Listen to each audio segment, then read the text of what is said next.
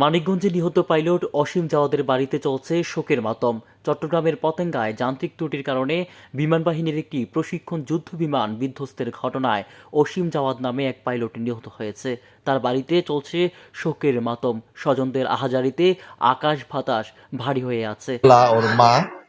ওর মা অনেক শোকাহত। তাকে নিয়ে আমরা খুব কিভাবে তাকে ও বিয়ে করেছিল নারায়ণগঞ্জে। ওনার এক মেয়ে 6 বছর বয়স আর এক ছেলে 1 বছর বয়স।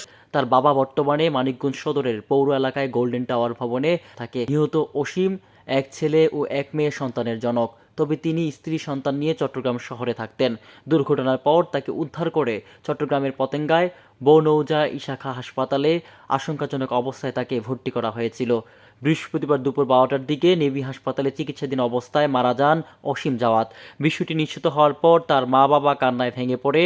সময় বাড়ার সাথে সাথে তার বাসায় ভিড় করতে থাকে আত্মীয় স্বজন। ইতিমধ্যে তার পিতা চট্টগ্রামের উদ্দেশ্যে রওনা দিয়েছে।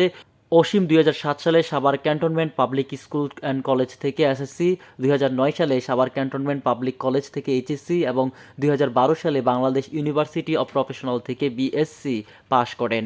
স্কোয়াড লিডার মোহাম্মদ অসীম জাওয়াদ 2010 সালের 10 জানুয়ারি বাংলাদেশ বিমান বাহিনীতে যোগদান করেন এবং 1 ডিসেম্বর 2011 তারিখে ক্যাডেটের জন্য সর্বোচ্চ সম্মান সোর্ড অফ অনার প্রাপ্তিসহ জিডিপি শাখায় কমিশন লাভ করেন।